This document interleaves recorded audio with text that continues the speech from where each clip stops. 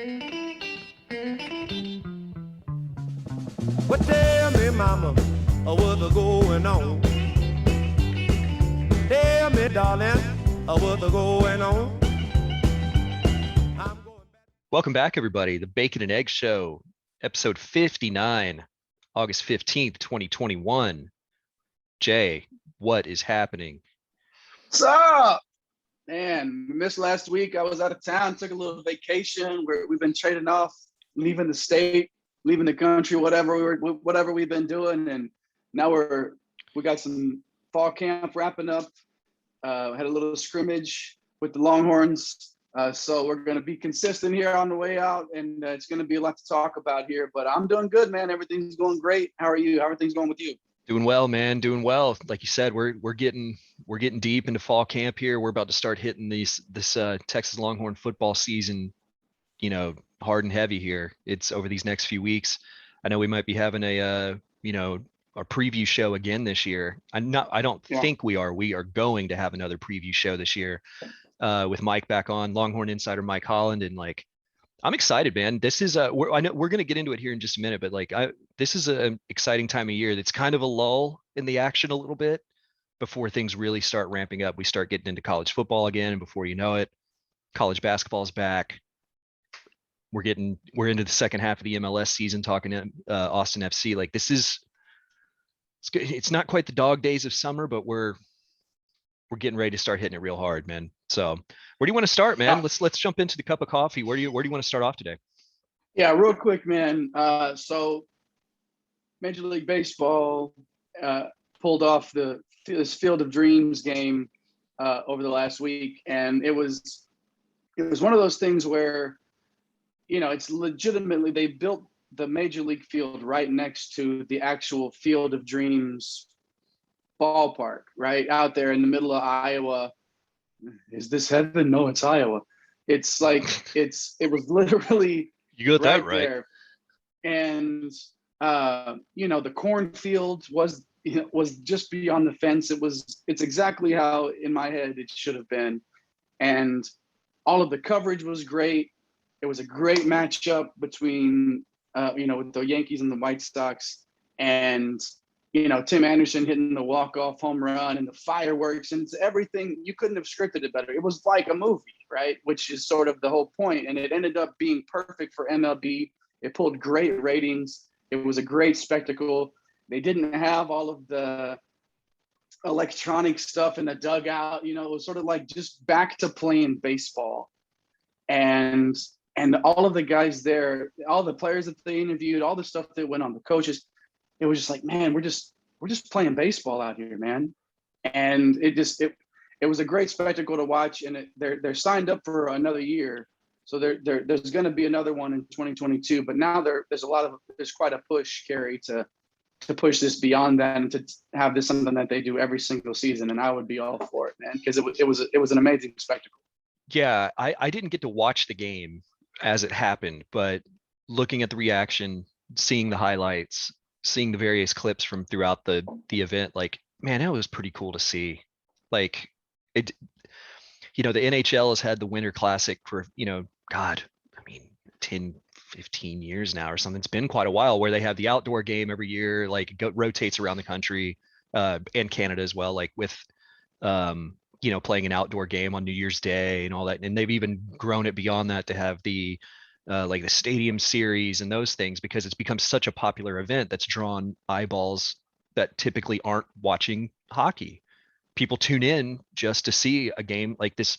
Pre-COVID, the last Winter Classic was the Dallas Stars versus Nashville Predators in the Cotton Bowl, and people tune in to see, watch an NHL game in the Cotton Bowl. So I think it's kind of got that same kind of vibe to it. It is interesting, to see how they do this going forward. Obviously, the Yankees are a huge draw, and that's where you kind of go, okay, well, if you're going to put two teams in the middle of Iowa, are the New York Yankees, fitting for that? But they're a huge draw. So obviously that was going to be one of the choices for MLB, but I'd be curious to see how they start doing this. I mean, do you think they're going to hold it in the Field of Dreams stadium each time? Or do you think they're going to try to get a little creative with maybe moving this around the country and kind of different types of of venues for a game. I think they'd be smart to stick to what worked up to this point, because Major League Baseball doesn't exactly, and I realize as I was about to say it, it's a baseball term, but Major League Baseball doesn't exactly hit it out of the park very often with these sort of things. You know, like they This is don't, they're not true. exactly known for getting these things right. And the fact that it was such a success and it was pulled off so well and executed so well, I feel like that this one will be one that will stay. Will they expand on it? Possibly. I don't know how you could bring that same sort of a vibe to this sort, and I was going to Yeah. call it an exhibition, but it wasn't. It's a regular season game. Like this counts for towards the standings. I mean, this is Which I think is important, by the way, in terms of people yeah. tuning in for it, because I think like we've seen in other sports, sometimes like in college basketball, they've done like, what was that? Like the battleship thing, like in San Diego or wherever it was, where they played the basketball, it was like Michigan State, somebody in Right. Carolina, I think, playing like on the, like one of the battleships or whatever. On the And aircraft carrier, yeah. yeah. And like, I mean, those are like kind of early season tournament games or whatever. You see these we have the Hall of Fame game in the NFL that kind of tries to bring in the, I don't know, like the like nostalgia of football vibe, Hmm. but like it's a preseason game, and I think that's important. Like the Winter Classic regular season game, like that matters for those teams. The Field of Dreams game, that matters. Um, so yeah, I agree. I think they got to stick with kind of the system. If they struck gold with this, I think they're going to stick with it. So, which is cool. I think it'd be cool to see.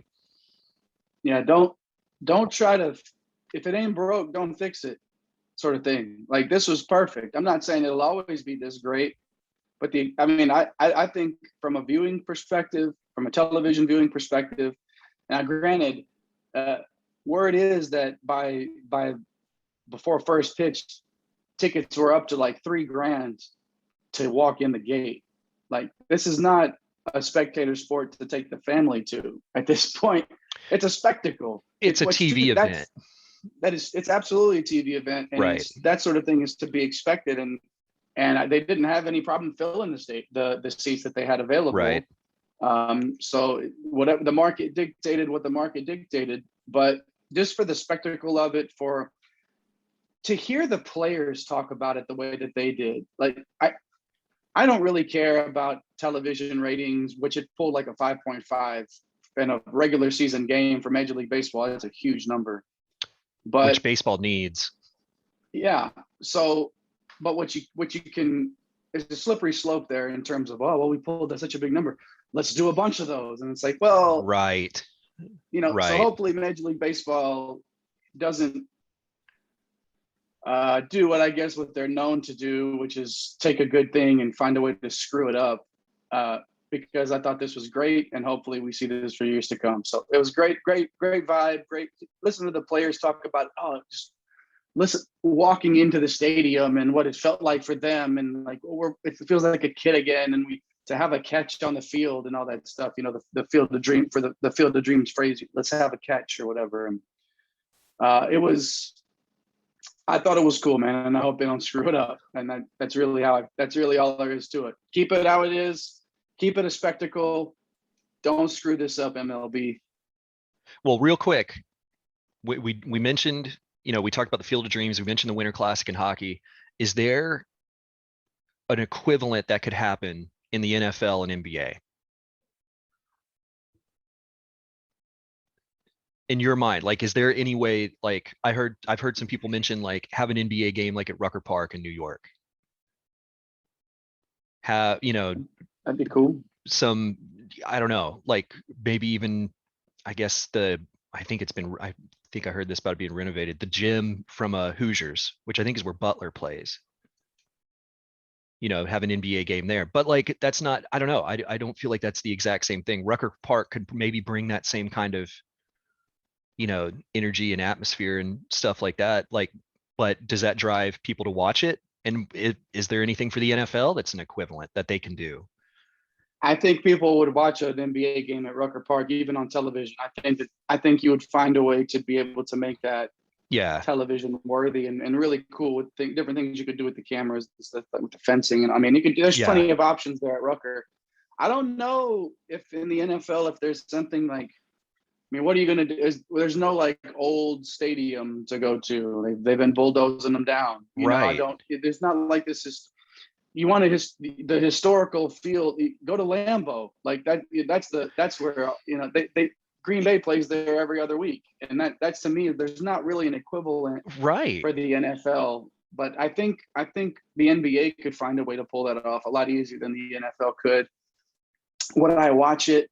I would watch an NBA game on television from Rucker. Yeah, absolutely, I would. But I don't know if the NFL, if that would, for me as a viewer, if anything that they did there, because, you know, they tried that with the throwback uniforms to give it that vibe. You know, like that was one of the reasons that the NFL brought back all those throwback uniforms. Well, let's give it that old school vibe. You know, Green Bay wears those blue and yellow things. Pittsburgh wears those monstrosity of a uniform with the stripes and the block number right in the middle. And it's like that does draw some people. It doesn't draw me. I know that works for some people, and I know I'm not the target audience for everything, but I don't know that the NFL could do something like Major League Baseball did, and draw the type of viewership, because the NFL is already such a machine anyway. I don't know how they would benefit from something like that, because everybody's watching football anyway. So it might be counterproductive in the long run for them to even try to do something like that. But I think the NBA could pull it off, and I think if another league was going to do it, it'd be the NBA. What do you think? Yeah, I agree. I think Rucker Park, NBA would be pretty cool if they could figure out the logistics of that. Yeah, I can't think of really any other.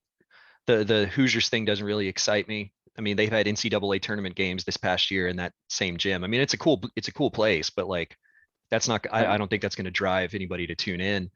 I think another thing with the NFL, like, there's not really a like cinematic like history with the NFL like there is with baseball. You have all these like old baseball movies that, you know, you have Field of Dreams. You have like, I mean, people even joked about like, oh, they should do a Sandlot one, like have a Sandlot game in LA, you know, the Dodgers playing or whatever. Like there's more like movie connections with baseball than there is football that would make, I don't know, like, what do you do with the NFL? Like, there's not really one. You want to go out and play in the dirt and Junction, like the Junction Boys or something like that? Like, you're not gonna. Yeah, I'm sure the players union would love that. Yeah. Hey, we're gonna do the NFL version of the Junction Boys. You're not gonna get water for a week, and you're gonna play in like 110-degree temperatures in West Texas because it's gonna toughen you up. Yeah. Tune in. Yeah, exactly. Yeah, no, I don't. I think you're right. I don't think cinematically that it makes sense for the NFL, but who knows? Like, what's everybody's favorite? Like, when people talk about the greatest football movie ever, which one do they mention? Rudy. Oh God. And Notre Dame gets to live that fantasy out every other week. Yeah, I was gonna say Any Given Sunday would be one, but that's not really that was just more of that's not a historical thing. I'm just thinking football movies, you know. I mean, Al Pacino in anything is great, but no, I mean, I don't really know that there's, like, it just doesn't stand out like that. But they don't need it. Major League Baseball needs eyes on their television product. They need that, and they pulled it off. So kudos to MLB. And like I said, let's see if they can't find a way to screw this up, because I never feel good about MLB and anything doing anything right. But you don't trust Big Rob Manfred to get this right? Did he let the Yankees wear their Apple Watches at the Field of Dreams game? I think the jury's still out on that one. I think they did not have they hadn't released the report yet, huh? Yeah, that letter is still sealed. We'll stop there before we get on another tangent. Yeah, boy, that's a slippery slope. We could go down right there. Let's not do it. Let's slide on over into. Let's rebound here. Maybe we're back. Well, talk about slippery slopes. Is Texas back this week? How back is Texas this week? Before we get on that slope. So we're in fall camp. There's been a lot of for one, we usually every year we get the kind of like insider type things. What has been kind of the whispers from camp, who looks good, who doesn't look good, all these, there's kind of like a bit of secrecy behind all of it. It doesn't really feel like that this year, right? Like I don't it for one, like Sark has been, we can get on this a little bit later, really refreshing to hear in his honesty about this team. But also we have things like the name, image, and likeness deals that these players have signed with, in Texas's case, like with Orange Bloods, where you're getting some real like kind of candid quotes directly from prominent players on the team mentioning, specific names that have been standing out to them, how their position unit looks, like all these things. I feel like the information this year is a lot more, it's not that there's more information, it just feels more reliable, if that makes sense. Now, again, what do you make of it? It's fall camp, but what are we hearing, and what are some things that have been standing out to you? Well, I think that's a great point to make, because we're used to hearing the coach speak. And there's still a little bit of that with Sarkisian, but we are getting a lot of just straightforward answers from coaches or from Sarkisian and from players as well. And, you always hear about the guys that are doing well. But you don't often get the straight ahead answers of who's struggling. And we have, you get that sometimes, and whether it's motivation purposes, whether it's just straight up like, no, these guys aren't playing well and they have to step their game up. Right. Let's start with some bright spots, man, because we haven't had too many of those around this program, to say the least, over the last decade plus. And we all know that Bijan Robinson they're going to feed him the ball. If he stays injury free, he's going to have a hell of a year. And he's the best player on this team, period.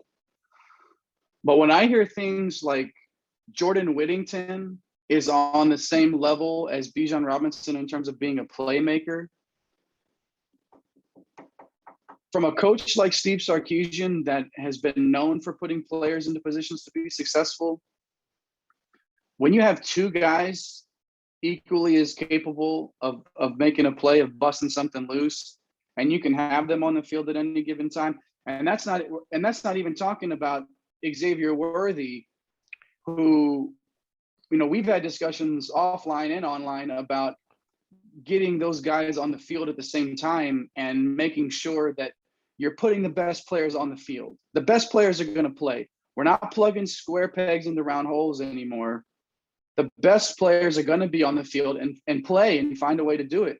So when I hear that Whittington is on the same level as Bijan Robinson in terms of being a playmaker, and Steve Sarkisian and that staff is finding a way to get Xavier Worthy on the field at the same time as Jordan Whittington, that's a positive step for me for this offense, just knowing that they're already in that mindset of, we're going to put these guys on the field. We're going to put the best players out there, right, and we'll see what happens. But it's great to hear that news about Whittington, and there's a lot of good stuff coming out about Worthy as well from camp. Yeah, there are some real weapons on the offensive side of the ball. I mean, Whittington, as we know, he came in 5-star recruit. Like, the talent's always been there, but it's been injury issues. And I do think coaching in terms of where he should be playing. We saw it in that Alamo Bowl. We're like, where's this been? Tom Herman might still be the coach here if Bijan and Whittington got the touches, obviously injuries, permitting. They probably would have won a few more games last year, but there's so many weapons. You mentioned Worthy. That's a guy I'm extremely excited about. I think and again, it's one of these, like, if the word out of camp is really the case, I don't know how he's not going to be a wide receiver that leaves the field.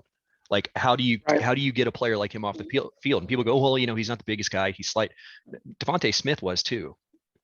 And Sarkisian found ways to get Devontae Smith into positions to succeed. And if he's not saying he's Devontae Smith, but he sounds like that kind of player.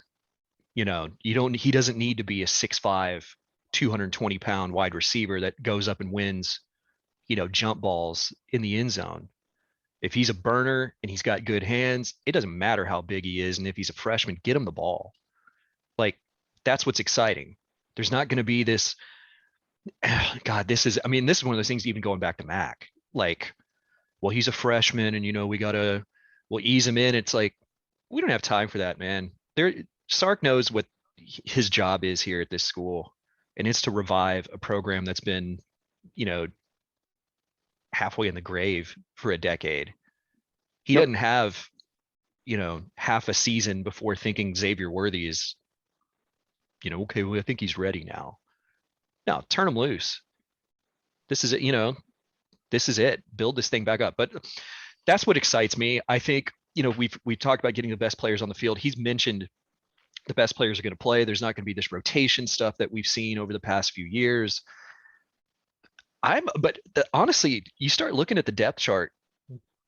We talk about the depth at running back. You even get beyond Bijan Robinson. We talk about Roshan. We talk about Keelan Robinson. Like, there is starting to be a lot of depth at these positions. Tight end. We talk about getting the ball to Jared Wiley a lot. It sounds like Brewer he's lost some weight. It sounds like he's moving around. Like, he might even be a guy. And I know we've kind of hated on Brewer a little bit because I think he was kind of an example of Tom Herman's, like, he had his favorites that he would, play. It's like, well, what is Brewer doing on the field ahead of Jared Wiley? And if Brewer is slimming up and working on all those things, then hell, man, get on the field. If he's on the field, he's going to be earning it. And that's one of those things we're going to be aware of. But, like, who knows what happens with Liebrock? Like, there's depth. You're starting to see all this depth stack up. There's going to be some real playmakers, probably, I would say, at the wide receiver and running back position, some real playmakers that aren't going to get a lot of playing time because of the depth at those positions. And it's going to be interesting to see. Like, there's some good players on that side of the ball, but we'll get to this a bit later. Who's going to get them the ball? And that's going to be the big question. So, yeah, no, and that's not even talking about Gunnar Helm, the tight end coming in. Yeah. That's when he was being recruited, and it was basically coming down to Texas and Iowa. And when you're going against Iowa for tight end recruits, you're in the right ballpark. And when Texas won out, that's another weapon that, I know, freshman, young guy, but could contribute at times, especially if Brewer has trouble staying on the field. If for whatever reason Wiley's not working out, which I don't feel like that's going to be an issue with this staff. Like, you got these guys, they're huge targets, they're athletic, they're going to be put into positions to be successful again. Like, and we talked about this offline before coming on about basketball coaching and the type of talented players not being able to get the most out of it because of coaching.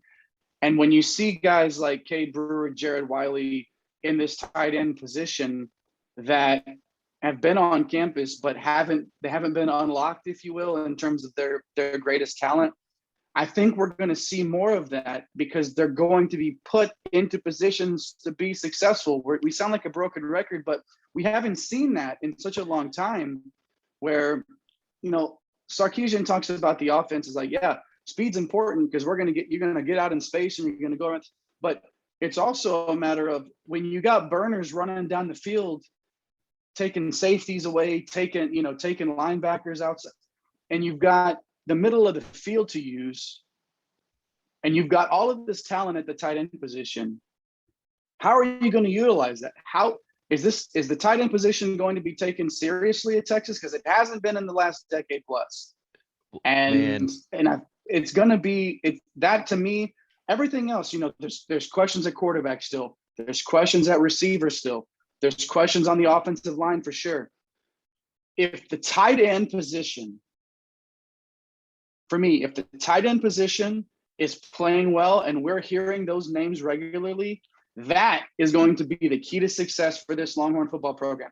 If we're hearing on offense, especially, if we're hearing the tight ends are getting looks and are being successful, that means everything else is working. That means everybody else is doing their job. That means everything else is clicking. And that's something to watch, I feel like, early on in the season, is how often are these tight ends getting involved? How often are we going to see these huge athletic monsters that are so overly talented that have been underutilized for years?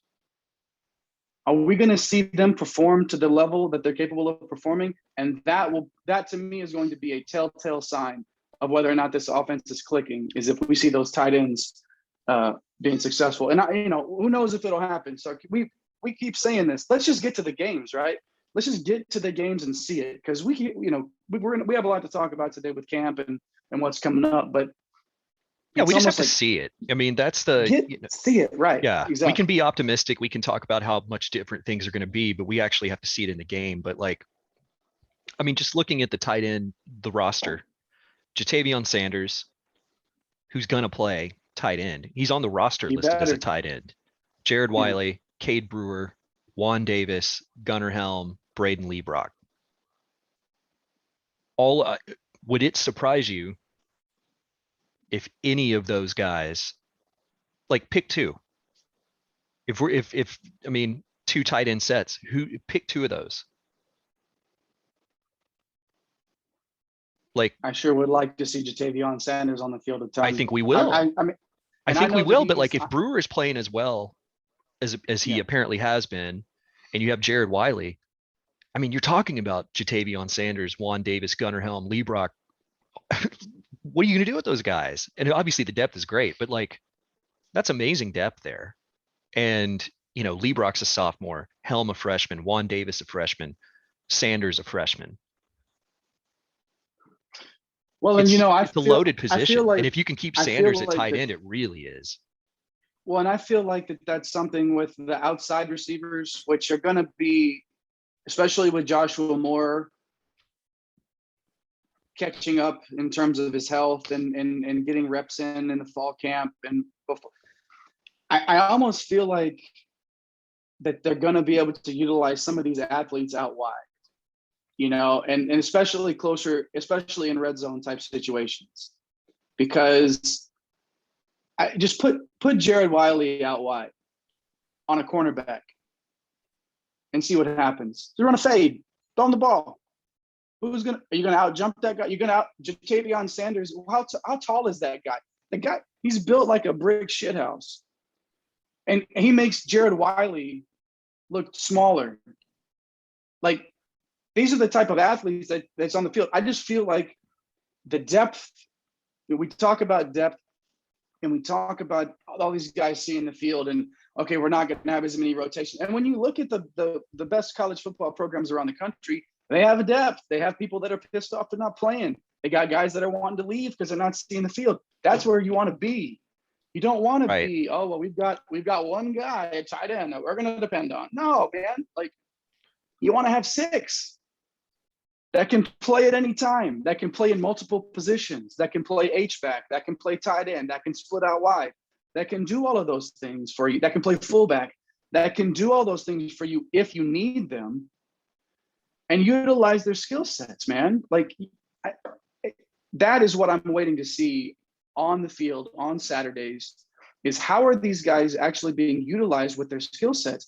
Don't give me the, well, we have a tight end and we're going to have him on and then we'll rotate somebody else on sometimes. And then put them all over. Don't just put them next to a tackle.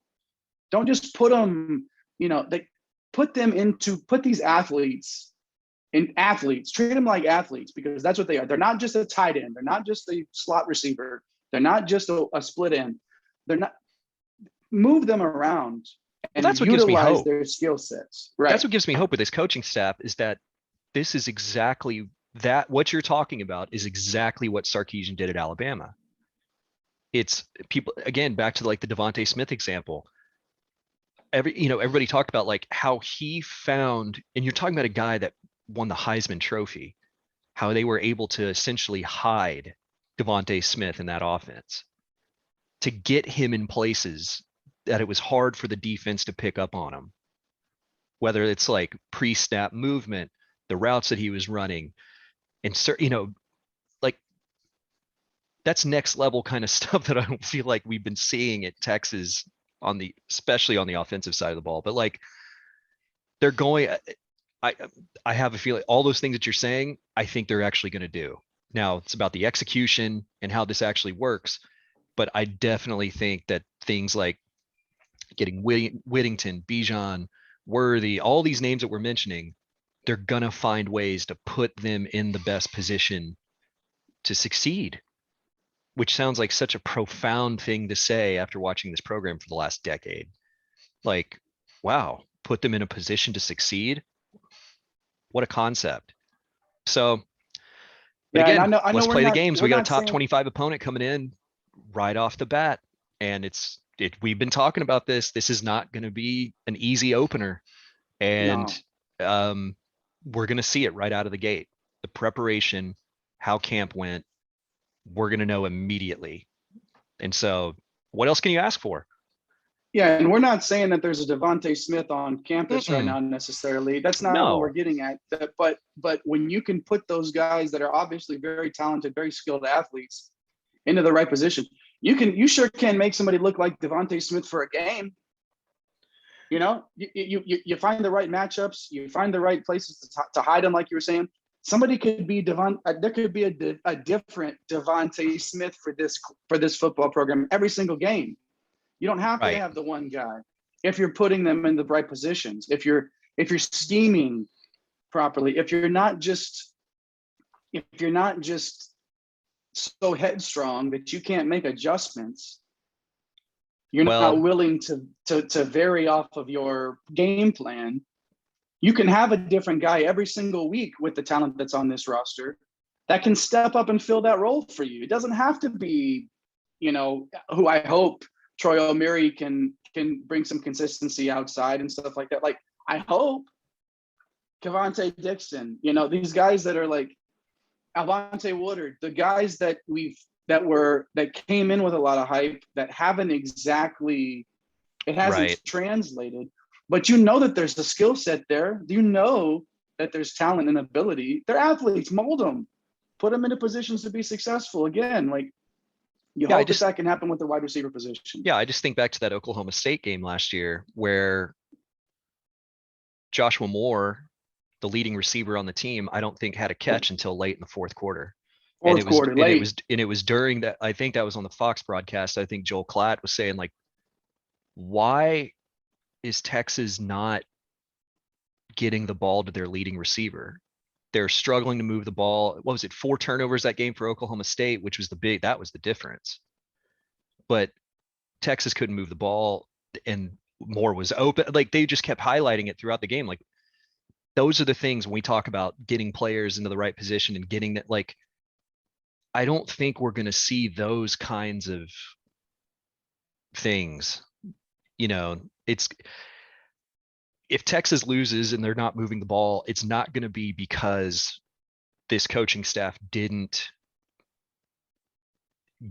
put the players in the right kind of position, right? Like, it just feels that it's not going to be one of those things where, like, well, why didn't your leading receiver get a touch till 3 minutes left in the game? I don't think it'll be that way. Now, the only way I could see that happening is if someone else is just eating up touches and moving the ball and all those things, and then you don't even think about it. You just go, Then oh, well, they only had that matter. one catch. Okay, well, didn't matter because such and such was tearing it up. It's going to be again, we'll see what the games bear, but like, it'll be refreshing. Well, I don't want to say this, like, to lose a game, not because, like, if you lose a game, it's because you just got beat. Or like the execution it's just something as simple as that, without going like, well, Texas should have won this game if the coach, like, and it always came back around to the coaching staff. I don't know. We'll see. No, we just got to play the games. It's a great point to make. And before we move on to some defensive bright spots in camp, I just want to say, like, there's a lot of talent we haven't even touched on quarterbacks yet. There's a lot of talent on both sides of the ball, but especially on the offensive side of the ball. I will be extremely disappointed, even in week one, even with the new staff, even with the new scheme. I will be extremely disappointed if week one they come out against a pretty good Louisiana team and look like a team that hasn't been coached up, that isn't coming out playing with their hair on fire, like that's playing not to lose against a Louisiana team rather than to beat the crap out of a Louisiana team. That, like you said earlier, it's a top 25 matchup. I think they won 10 games last year. Their coach has been consistent, that been raising that program up. Like it's a decent to good program right now. There's a reason that they're starting up the season in the top 25. They're a good team. They're a good, well-coached, good team, and they're going to come in hyped up and ready to go. And it's going to be apparent quickly watching, as we've been able to see over the years, we can tell when a Texas team comes out and they're ready to go. And that's going to be the big thing, is Sark going to, like, I feel like everything else falls into place if you can get the team motivated, if they come out, there's energy, and they're, they don't look like the sleepy Texas teams that we've seen over the years that just look like they're tight and playing not to lose. Yep. And I want to see the all gas, no brakes thing personified. I want to see that team coming out of the tunnel. I mean, it's going to be the full house for the first time in 2 years, and new part of the stadium opening, new coaching staff, going to be a new quarterback, all these things. And if they don't come out looking like they want to just blow the doors off of Louisiana, then maybe we have an issue. But well, let's get there. That's kind of the whole thing. Yeah. We're kind of, ifs and buts, but like, let's see what they can do. I say all that with faith. I have faith that Sark and this coaching staff will have them ready to go. And I've been wrong before, but I have faith in that. I have a feeling they're going to be ready to go. And I think they're going to be looking sharp. And I think we're going to see I think we're going to be pleasantly surprised that day. Now, whether the results bear it out because Louisiana is a good team, hey, let's at least have a fight. Let's go at it with them. But I don't think it's going to be one of those cases where it's going to be a Maryland where we just go, the team didn't even show up today. I don't think we're going to see that. But if we do, there's trouble. But I don't think we are. Well, and we've talked a lot about the offense. Let's move on to the defense. Let's do it. Some bright spots for them. For me, everything that we've been hearing about the defensive line that's come out, especially the interior defensive line, is so positive. And they've been, and we'll touch on this in a little bit, they've been beating around the offensive line in these practices and scrimmages. But the defensive line, if Texas hasn't had, when you think about the defensive line at Texas and the type of talent that has come through here in years past, and where that gap has sort of been recently, everything starts up front right there. When those defensive linemen are getting pushed back into the linebackers, and linebackers are having to make reads and that aren't in their gap because those D tackles are back into their chest, it's not a good recipe for success. Right now, it's the exact opposite of that. All you're hearing is good stuff about the interior defensive line, specifically Ojimo, Coburn, Tavondre Sweat, Alfred Collins. Like, those are guys that are going to be able to just rotate in and out all game long and put pressure on an offensive line. And that, to me, is going to be key for this defense to be successful. It starts right up front. We always hear about that, how it starts on both sides of the ball. It's in the trenches, right? And if the defensive line can win some of those battles like they have been in camp and in these scrimmages, Texas defense is going to be in a good place from the jump. So for me, man, like, the defensive line, hearing that the defensive line's playing well, especially interior stuff, is huge positive for me. Yeah, absolutely. There is a flip side to that, though. And this is one of those things when your team is playing each other. Like, is this the defensive line, the defensive line I think is going to be a real strength, or is it the offensive line not playing up to where they need to be? And that's one of those, it's, you know, whatever side of the coin, you know, you could look at it either way. I tend to lean towards the defensive line being the plus there, and that it's not so much the offensive line not being where they should be, but I do think the defensive line is just being a real strength. And I think they're going to be a force and really pressing the issue for this Texas defense to allow the linebackers and defensive backs to do what they need to do, which is great. Finally. Yeah, no kidding. I'm tired of watching linebackers backpedal and make tackles 7 yards down the field instead of attacking and hitting a hole and sticking to your responsibility. It's harder to do that when you've got defensive linemen in your lap. Being able to read and react is a lot easier when you can actually see what's in front of you. Right. So being able to do that was great. You know, I think there is a combination of both. I think Texas is going to end up having the best defensive line in the conference and one of the best in the country. So I feel like when we move on in a little bit and talk about some not so bright spots, the offensive line has been dealing with some ball players on that defensive side of the ball. But real quick too, in the secondary, so there's some players in the secondary that there's been a lot of good stuff coming out about, which again, not the most reliable position in the last few years in terms of consistent play out of that. Right. And when I hear, you know, a Brendan Schooler who transferred to Texas, was a safety before at Oregon, right? Was a safety before, transferred to Texas, played wide receiver. Now is moving back into that safety role, and by all accounts has been playing really, really well. You get Deshaun Jameson and Anthony Cook, two guys that this defense will depend on a lot, and because they'll have to.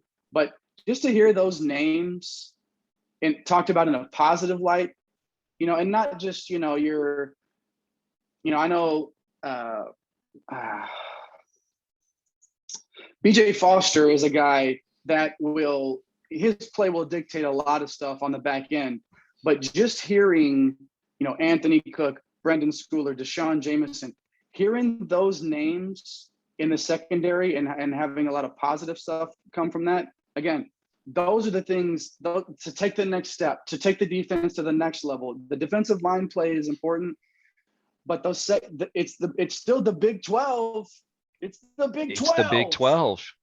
There's going to be some balls slung around all the time, no matter where you go. And these secondary players are going to have to step up.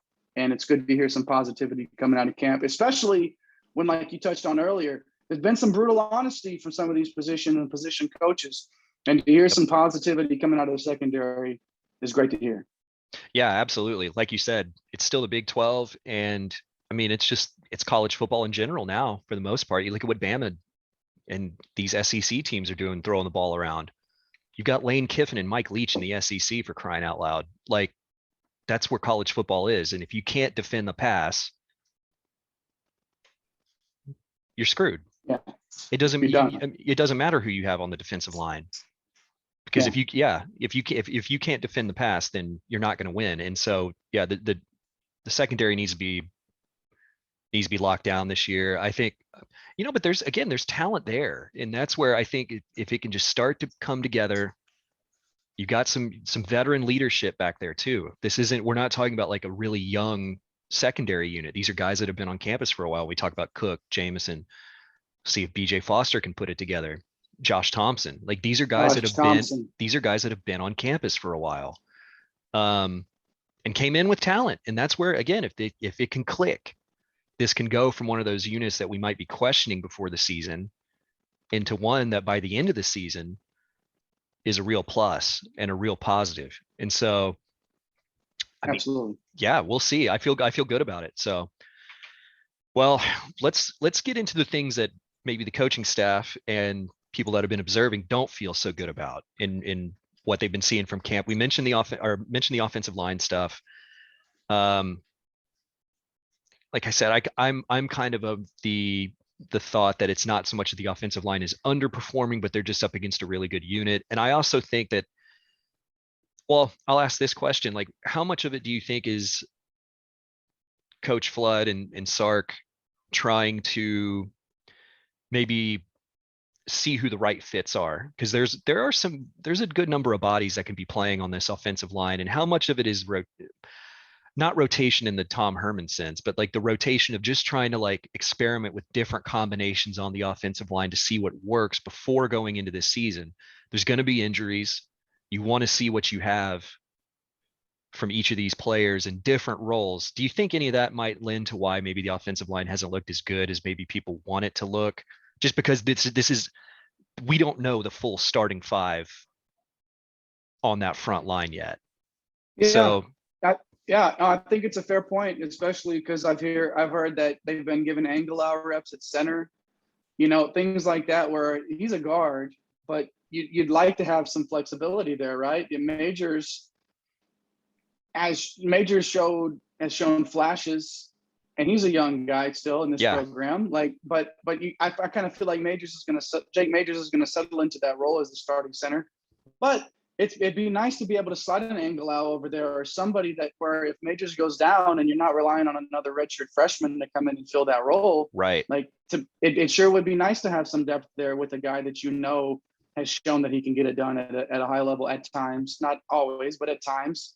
Angelau has shown that he can do that. So that could be it. But I do think you make a great point that the defensive line is just that good. Yeah. And the whole, you get the whole iron sharpens iron thing, like where you go, if you're going against one of the best defensive lines in the conference and maybe even the country, you're going to get better because you're going to go to get in the game and you're not going up against Coburn and Ojimo and Sweat, and you're not going up against those guys in the games. You're not going to play talented guys or guys as talented every single week. So that's a good thing to have. It's a good problem to have, but I do think that it is partially because they're just trying some stuff out. There is no set offensive starting line. Like it's not. We don't know. We have a good idea. I think Kerry will be the guy on the outside looking in. Yeah.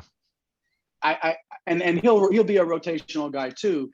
But he's also a guy I wouldn't be surprised if he, as the season goes on, he seizes one of those starting roles, either like through injury or through play. Like that wouldn't surprise me because he looked good.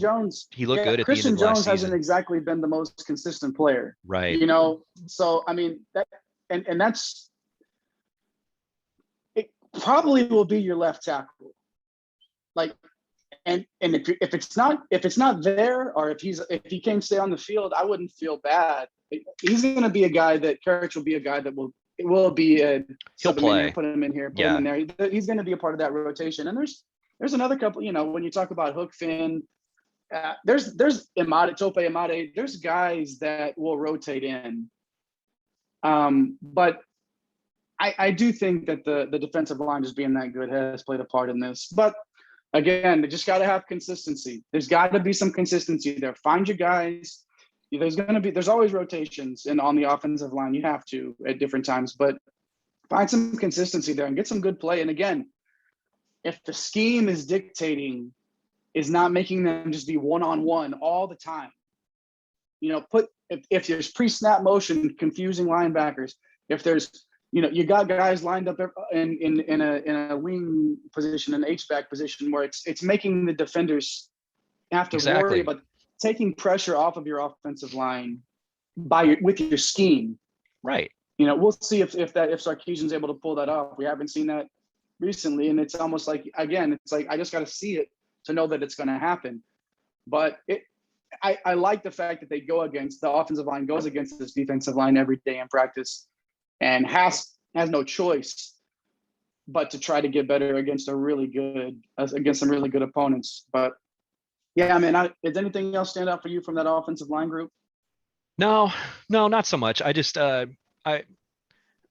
don't feel too down about it. I know some people are kind of concerned about it. I'm not putting it in the concern category at this time because this coaching staff's still trying to figure out what they have, and I think come opening day, they're going to know who their five are going out there.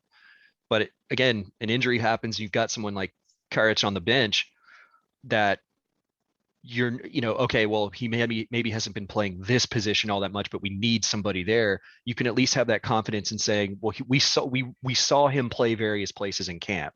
He now has that kind of exposure to it. Plug him in. It's not going to be one of those cases where it's like, oh, well, the only guy we got didn't play that position at all in camp because maybe he's been on the right the entire time, and now we need somebody on the left. Yep. So I think I'm not too concerned about it. I know it's, we'll see. I feel good about it. I think there's talent there, and like there is with every position on this team. Yeah, and last thing I'll say on the O-line is having Kerstetter out on the right side from jump, and he's an all-conference player on the right side. Like playing out of position last year for most of the year at center, like he was an average center. He's an above average to excellent right tackle, and that's, if he has an NFL future, that's where it's going to be. And I feel like that just him knowing, because he's your best offensive lineman, and just to know he's going to plug that, hold that right side down. Right. I think just knowing that, having that part of the consistency in this will be key. Just knowing that he's going to be out there and doing a good job with it. So that's, again, consistency across the board on the offensive line. And then again, consistency out of the wide receiver group. We talked earlier how there are some talented wide receivers.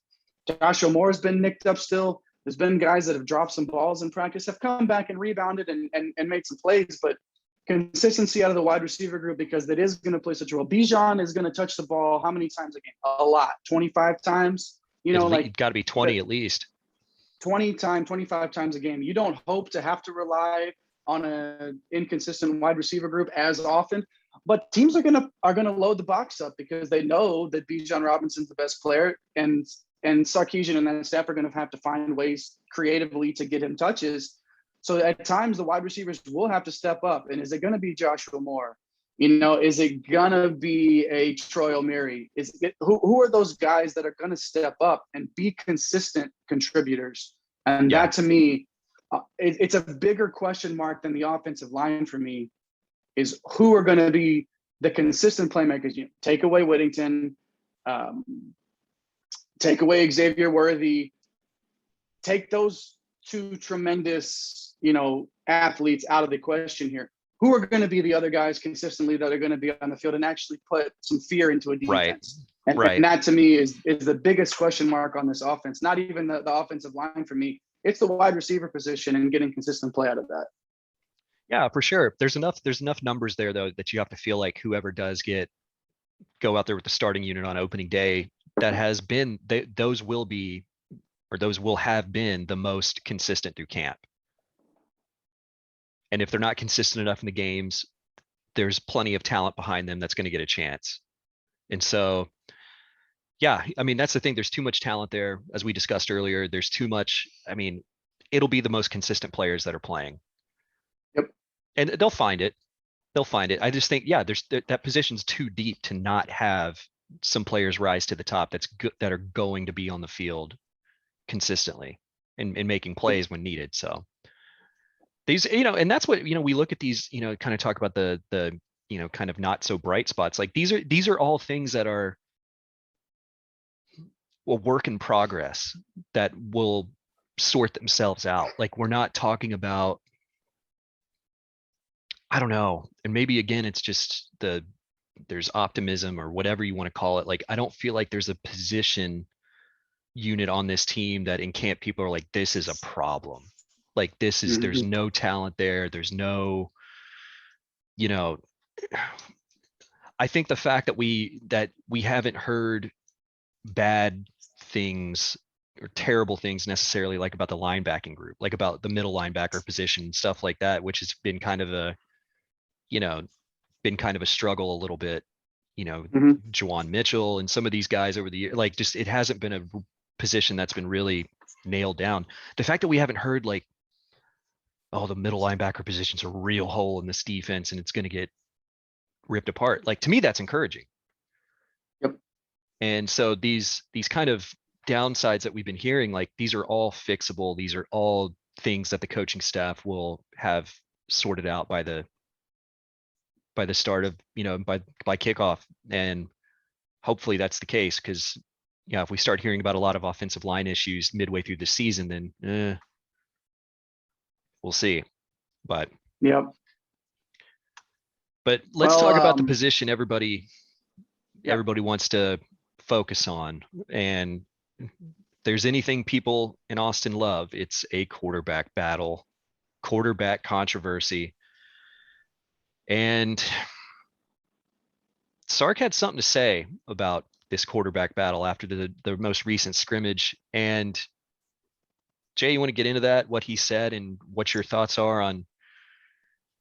Yeah, I mean, when you hear a coach talking about not meeting standards, both quarterbacks in Coach Sarkisian's mind did not play up to standard in this scrimmage, are not meeting standards that the coaches have set or that the players themselves have set. A part of that is because they were sort of running for their lives a lot, I think. It's hard to sort of get a consistent feel when you're constantly having to scramble and run out of the pocket. And by all accounts, when the play breaks down, Casey Thompson is the better player right now in that, and that's to be expected, I think. But they didn't meet the standard. And Sark has said, like, he will be toughest on the quarterback position. Like, he's naturally going to hold, and it Yeah. makes sense, right? But when you actually hear a coach say that, and then you actually hear him do it, like, I'm going to be tough on my quarterbacks. And then to follow it up by saying my quarterback stunk in this scrimmage. Right. Like, okay, like they weren't great and they didn't play up to their standard that they needed to play in. And he's not giving either quarterback an edge right now in terms of naming a starter. He's not. I think I feel safe saying that Casey Thompson is going to start the first snap week 1 and will be the starter.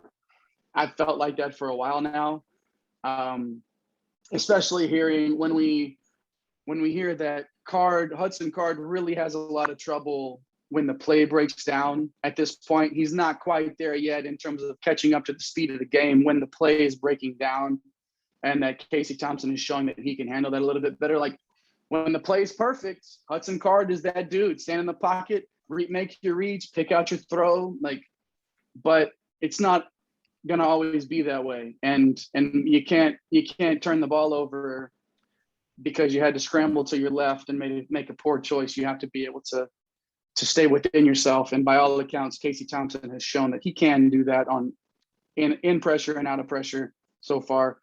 I don't know, man. I kind of feel weird that we've taken this long to talk about this. Maybe this should have been one of the earlier conversations, but it's not as big to me.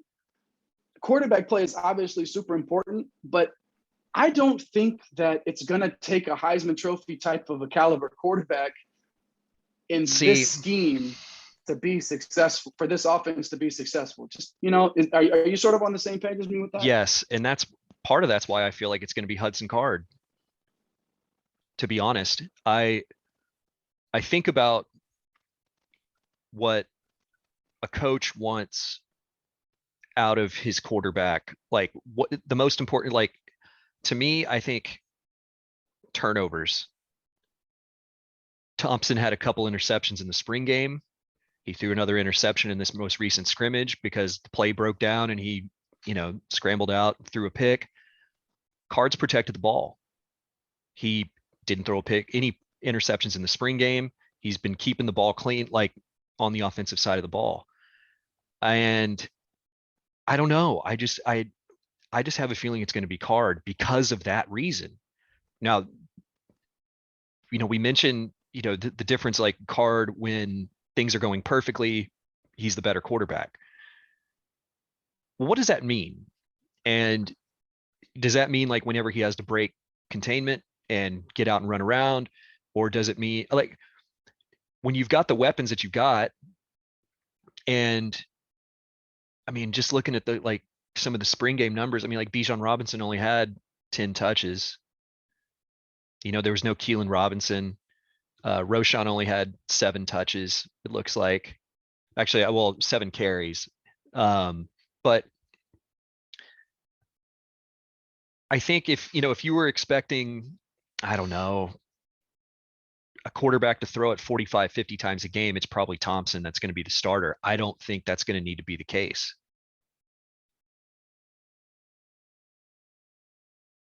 I think Jay just walked right off set after I disagreed with the there I he was is. listening, man. Sorry, I had to step I was aside. like, You man, didn't, you didn't I scare, picked you Hudson didn't Card and push me Jay just away. got right up and walked out, man. I'm sorry about that. I had to step up God. real quick. I was hearing you though, and the point is valid. Like I don't think Card's going to be asked to do very much. Is I what I'm agree. saying. And I think that like if Sark plans on being at this university for a while, I think he's going to go with the younger guy that he's going to be able to mold and work with for a few years on his, I don't know. He's a Lake Travis who, quarterback who between Westlake and Lake Travis, they're pumping quarterbacks in the NFL. I have a feeling it's going to be Hudson Card. Well, and here's the deal. Week 1. And that's nothing against Thompson, by the way. I'm not saying No, any of this I to know. like slight him. But I think week 1, it's Casey Thompson. Week 8, we might be having a different conversation. Perhaps. Because I think that this is going to be one of those seasons to where it's going to be a quarterback battle all season long. And the first time, and everybody's favorite player on campus is always the backup quarterback, right? Especially in Austin. And if Casey Thompson comes out and doesn't protect the football, whether it's fumbles or interceptions, then I think it's a really easy call to make. Like you said, you have the young guy that you can mold and that you can build your program around. I'm still in the camp that this has been Casey Thompson's team throughout the offseason, throughout camp. And I feel like that Sarkisian is going to go with him week 1. I don't know what's going to happen the rest of the season, man, because I kind of wanted, and we can go back and find it. I've sort of been pushing for Hudson Card to be the guy. Like I think he's got the higher upside. Personally, right. I think that I would want Card to be. I don't think that that's the way Sarkisian is going to go week 1 against Louisiana. I think the guy's going to be Casey Thompson. But I've been pushing for Hudson Card to be the guy.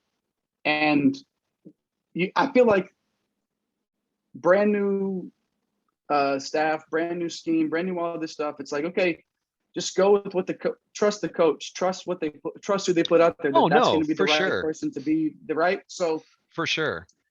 I think though that it's going to be Casey Thompson week 1, but Card is so talented. He's just waiting there, and by all accounts, has been a great teammate through all of this. Both of them. The quarterback room has been good. The leadership has not been a question.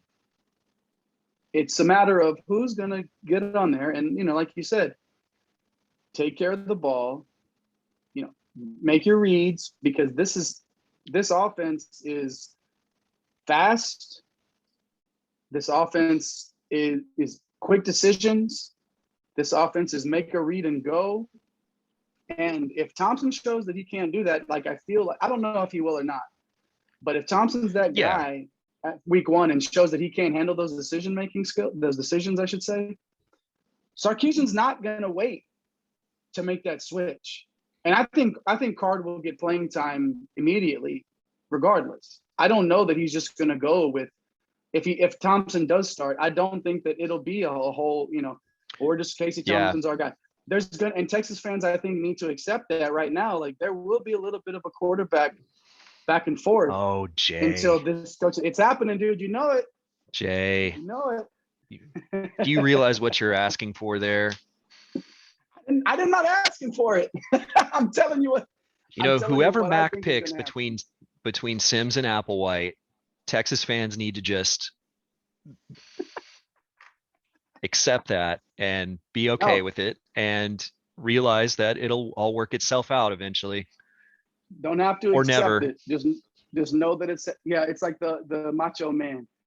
You don't have to like it, but accept it. You know, like it's the you don't have to No, like it, but it's gonna happen with this new step. They're gonna find their guy. And again, it's gonna happen because they see them in a game situation, not because of how they played yeah, in the scrimmage, not right. because of how they played in the spring game, It's not different when because the of how they lights are played in on. practice. Yeah, 100%. 100%. And we'll know right away, whoever is the guy out there for the first snap. yeah, I think Steve Sarkisian and this staff is going to put the pressure on because they're going to want to. He doesn't say all gas, no brakes because he doesn't mean it. It's going to start from the first snap.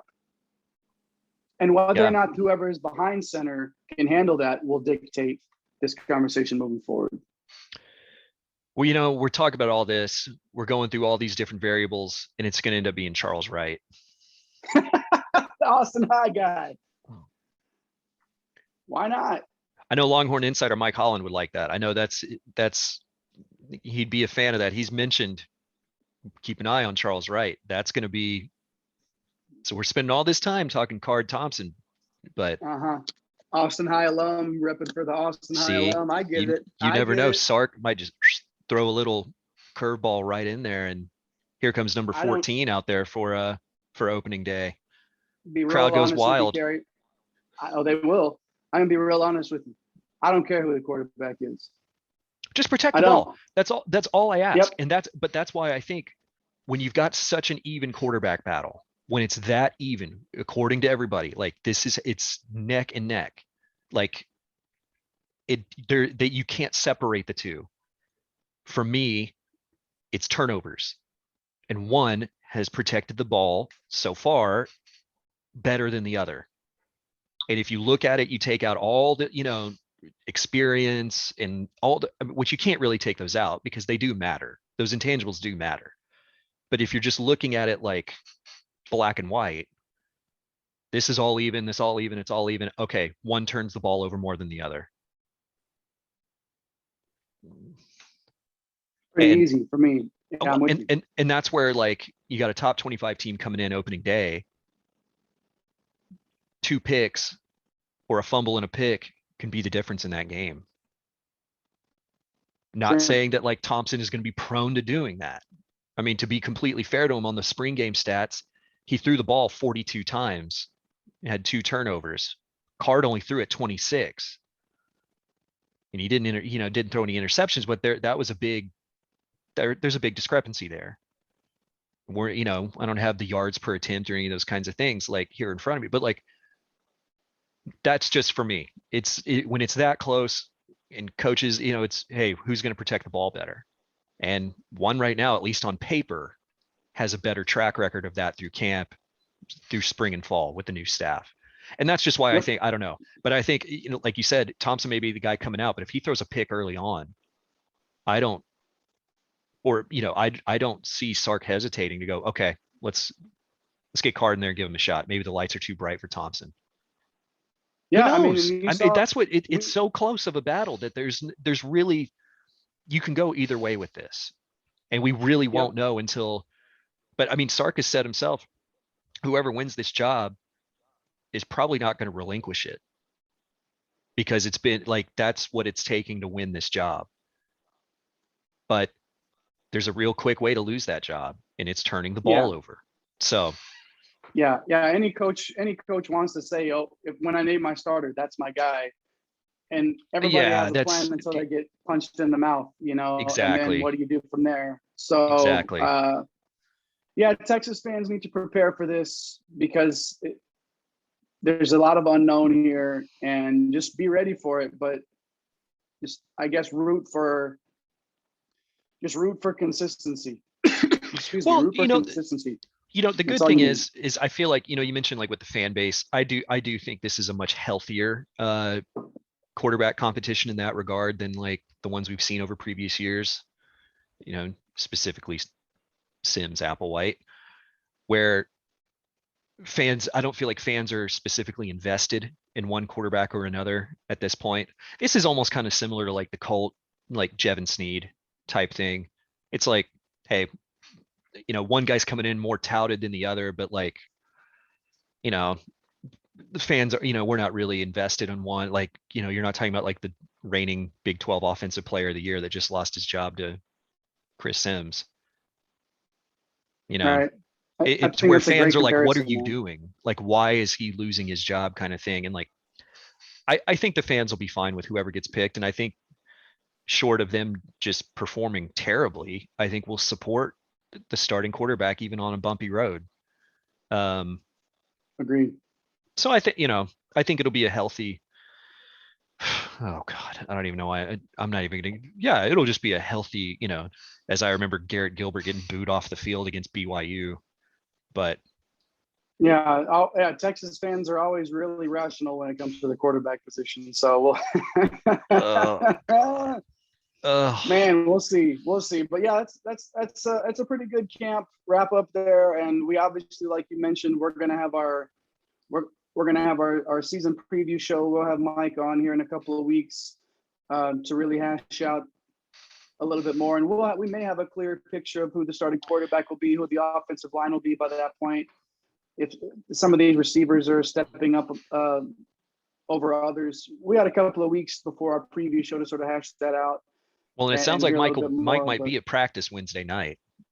It sounds like we might yeah, get a direct practice report this coming Wednesday, which should be interesting. I know he's got a good eye for this, and yep, he'll shoot it straight. If something cut through the fluff, let's get the hot takes. Let's get it. Let's hear how it really is. And I think we'll get that. So that'll definitely add an interesting element to the preview show and whatever, extra insider stuff we get to hear from that open practice. So looking forward to that a lot. yep, for sure. Well, let's talk about it's interesting. We're talking about this Longhorn camp and the upcoming season in a pretty positive manner. I'd almost say like a positive sports experience, which hasn't quite been the case with Texas football for a while. But True. last night was not a positive sports experience on the Austin FC front.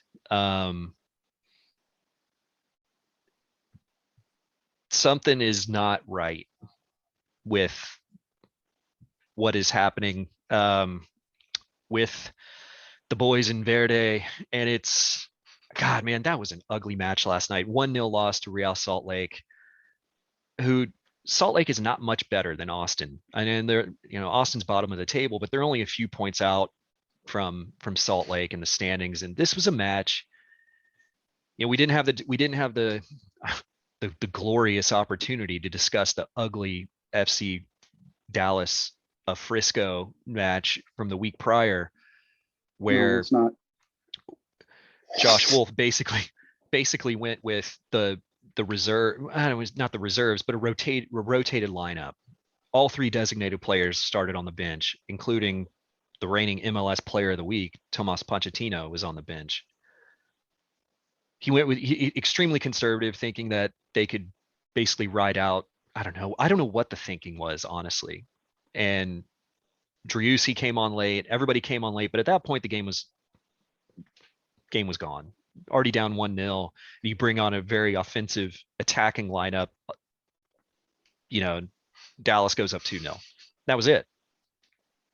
And Wolf after that admitted, hey, I shouldn't have been so conservative. I shouldn't have played, this, the rotated the lineup around. And I apparently took that to heart because they had the time off this week, no midweek match, and got into, the trip up to Salt Lake, and they went with a full strength lineup. Sebastian Driussi, the new designated player signing, he started, looked like playing like a true number 9, like striker role. It didn't look like he was withdrawn and they were trying to do that kind of like false 9 stuff. Dominguez started, Pochettino started, Fagundes started, Danny Pereira, friend of the show, Danny Pereira, started. Like, you couldn't have asked for a better starting lineup. Like, Musajite is finally in Austin. We're waiting for him to train and to get with the team. But outside of that, this is the lineup that everybody wanted to see. And we thought there'd be some goals in this lineup. And there wasn't. And not only were there not any goals, outside of Fagundes hitting the post, which bad ball luck there, I guess, you know, to hit the inside of the post and have it ricochet back out the other way. I mean, what was it? The Pochettino header that he just couldn't get on the frame. Like there wasn't really, you should, which was like, directly after that, like within the same sequence, right? the It same goes off the pole, sequence. they cross it back in, and he hit, and he just misses it wide. Sorry, go ahead. No, you're absolutely right. Outside of that, like 30-second sequence, there was never a time in the match last night where you felt like Austin was really attacking, like really on the front foot and like putting it to Salt Lake. Salt Lake looked more dangerous on the counter. They looked more dangerous in the air, in the box, which is where Bobby Wood got the first goal for Salt Lake.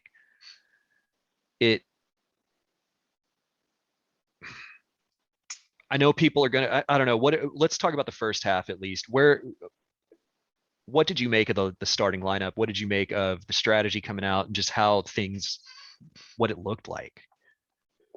Well, it didn't look like much of anything. It didn't look like you had the designated players all in there. You had the all-star lineup, all-star in terms of what you said, your best you 11. can't pick a lineup, right? Your best 11, right? Sure.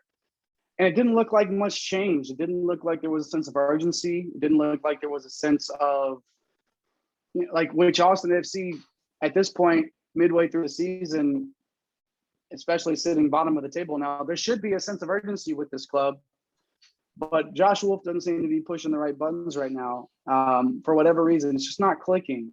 And I felt like outside, like you said, outside of those one or two chances, it was just disappointing to not see, again, to consistently not see a finished product. And what I mean by that is when you even when they're working so hard to win the ball, they're still giving it away too quickly.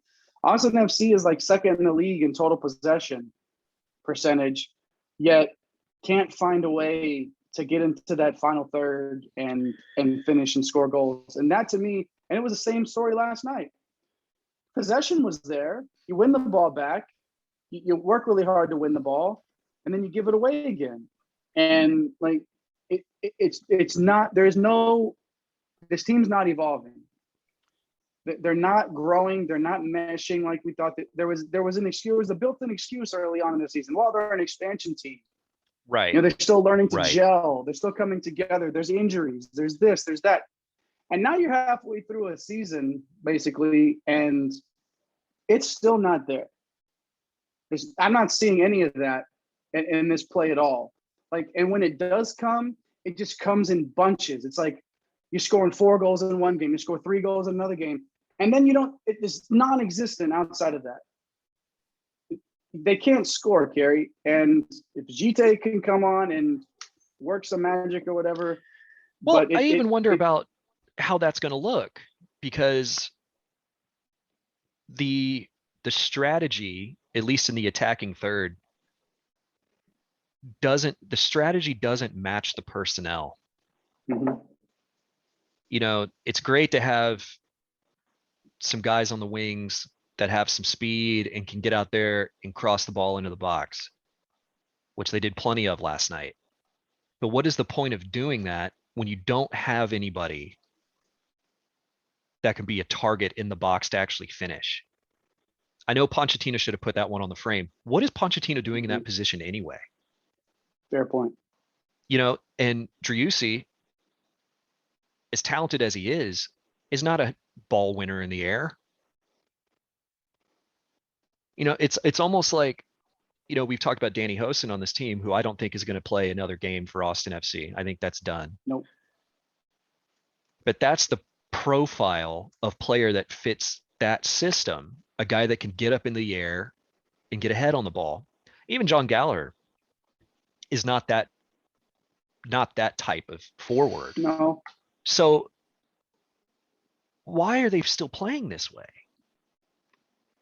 It's just like cross it into the ball and hope it deflects and like it falls to somebody.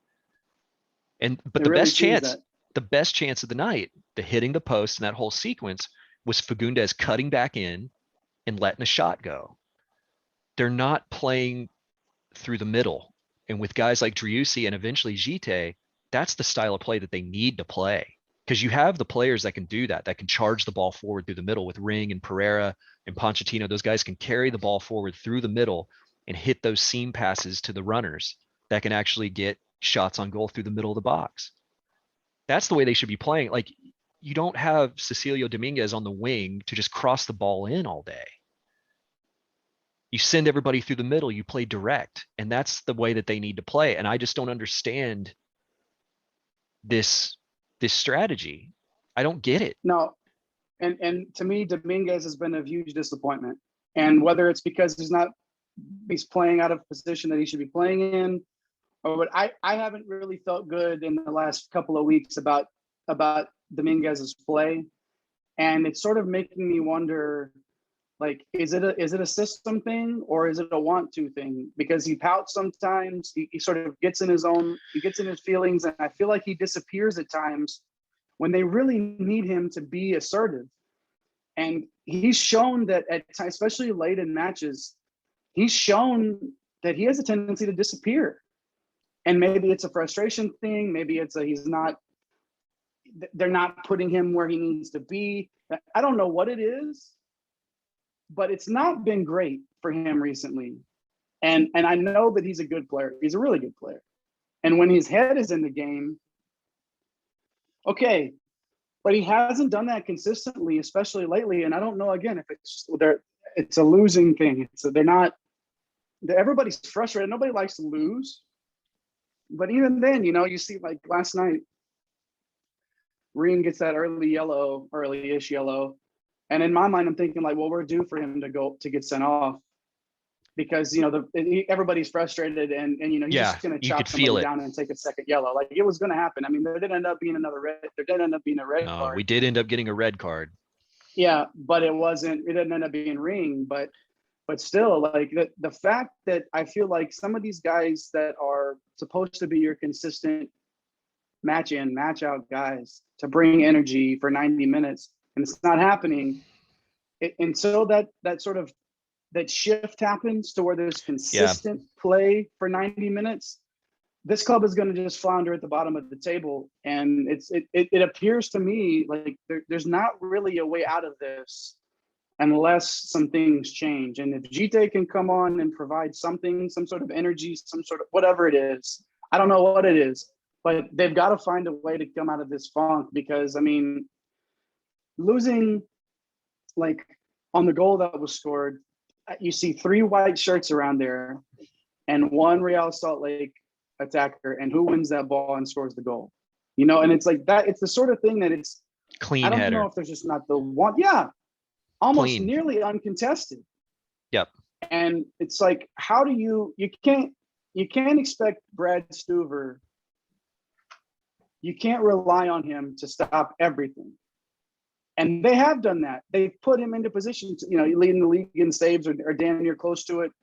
Like, all of this. And he's the guy that is the reason that Austin FC, even though they're at the bottom of the table, why they're not a complete embarrassment at this point and unwatchable, because he's kept so many balls out of the net, and they're relying on that. And it's just tough it's not a positive sports experience. It's not a PSE, as we like to say. It's hard to watch, man. And until they change that, it's going to be, they've got to find a way to get out of this funk. Yeah. And just something on the red card last night. I've seen a lot of people after the match and today kind of talk about how harsh of a red card it was and how the refs really botched that. I think by the letter of the law, it was a red card. Cascante brought him down as he basically got past the shoulder and was clear in on net. But he did look offside before the ball was played in. So I guess, right. So there is an issue there. However, I don't really have a problem with it, because I feel Cascante should have been sent off in the first half for the tackle on Bobby Wood. And there was no call. The two-footed scissor tackle from behind that got his cleats in, and Bobby Wood fell back with his legs. Like, that was bad. Yep. That was really bad. And like, Cascante was, if the ref would have taken a look at that and sent him off right there in that moment, I would not have had a single problem with that. Cascante had played pretty well this season. I think better than expectations suggested. But last night, I think was enough. He's going to miss time now because of the red card. That's Right. enough for me to basically go with Romagna full time from this point on. I think Salt Lake went directly at him. I think you talk about contesting balls in the box. We've seen Beasler do good work, but where's Cascante in there? Where's I think he was completely exposed last night, and sloppy tackles, stupid decisions, offside or not, still to drag that guy down at that point. And you didn't need to. It was unnecessary. Yeah, You absolutely. didn't need It was to. totally unnecessary. And it's lazy, and it's but I just can't get over that tackle from behind on Bobby Wood. That was, that's not an exaggeration. We've seen that plenty of times. Those are leg breakers. Yeah. Just terrible stuff. And so yeah, something's got to change here. And I know it's an expansion team, all that stuff. Definitely don't think Josh Wolf is going to be getting fired this season, but it's his first year as a head coach. And I think we're kind of seeing that it's the first year of a head coach that maybe doesn't, and I know he's worked, Columbus and, all the US setup and all these things, but this could get, I don't want to say go off the rails quickly, but if you're designated players like Dominguez, I think Pochettino's coming around. I think he's the Houston match, he was great.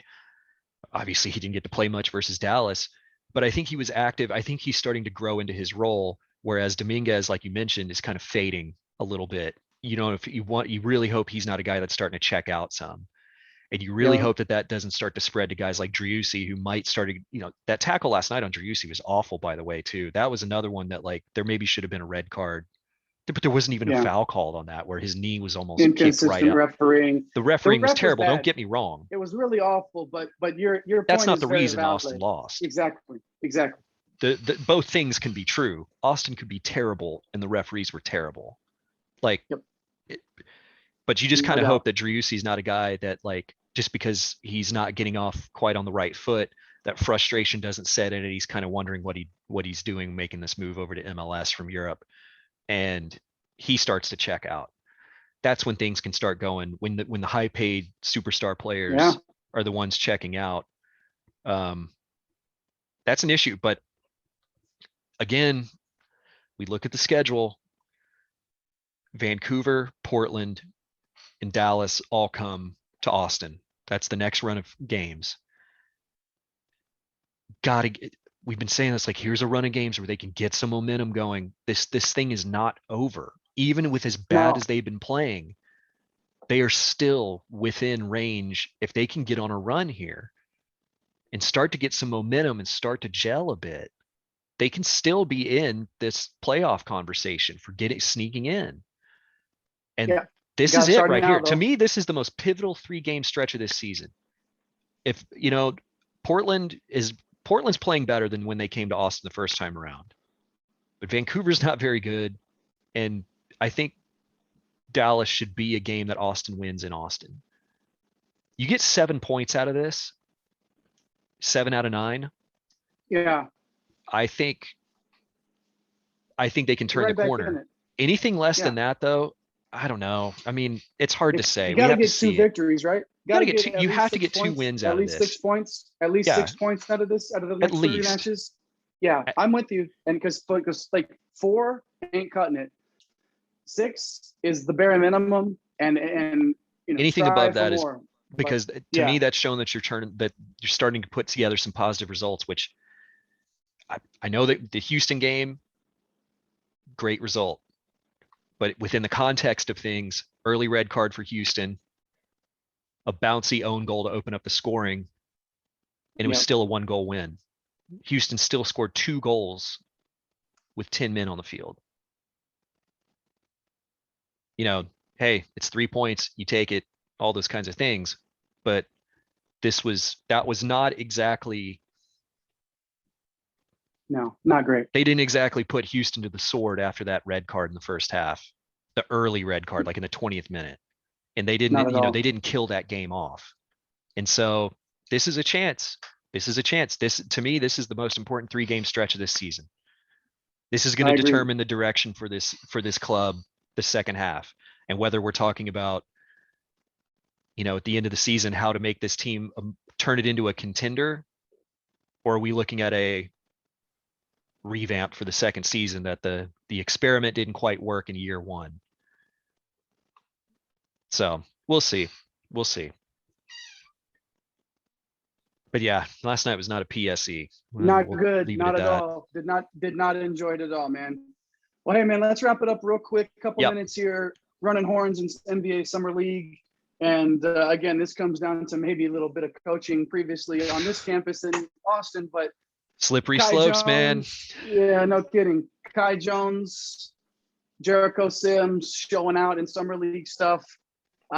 It just makes you wonder a little bit on what was going on campus.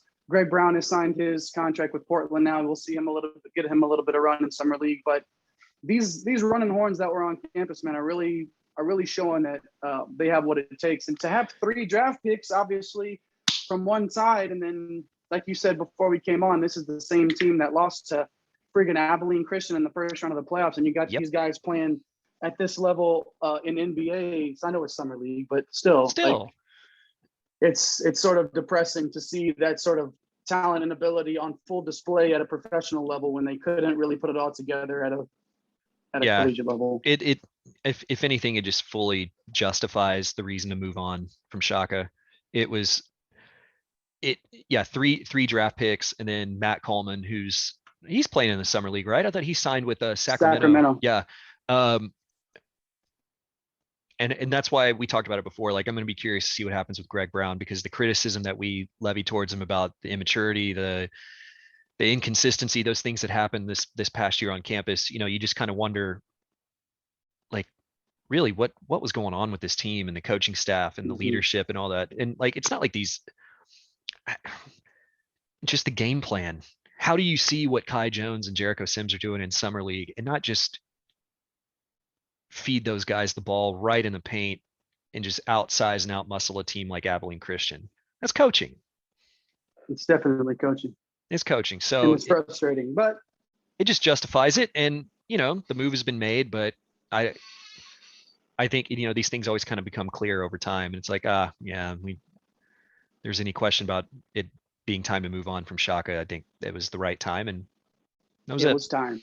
But I'm happy for these guys, and that's what especially like Jericho Sims, to see, him kind of continuing to progress, continuing to like, and that's what I know you say, like, we're talking about it's Summer League, but it's the next step up, and they're showing that they're performing at that level. Now the next step is going to be regular season play and being in that rotation with the big club. And it's going to be fun to watch. I think they're going to do it. I think they're going to play well and turn some heads. So absolutely. Well, man, good show today. Hit on a lot of good stuff. We'll see what we get from Longhorn insider Mike Holland on that open practice. And we might discuss that. I might save it for the preview show. So we'll see. We'll get a report from Mike for sure. But yeah, man, a couple weeks from now, you guys keep your eyes open and ears open for that preview show in a couple weeks. We'll be back again next week. But yeah, man, thanks for listening, everybody. We appreciate you guys. Thanks for taking the time. Absolutely. Thanks, everybody. We'll see you again. See ya. ATX represent Fatal, baby. Rolling on 6 on a Saturday.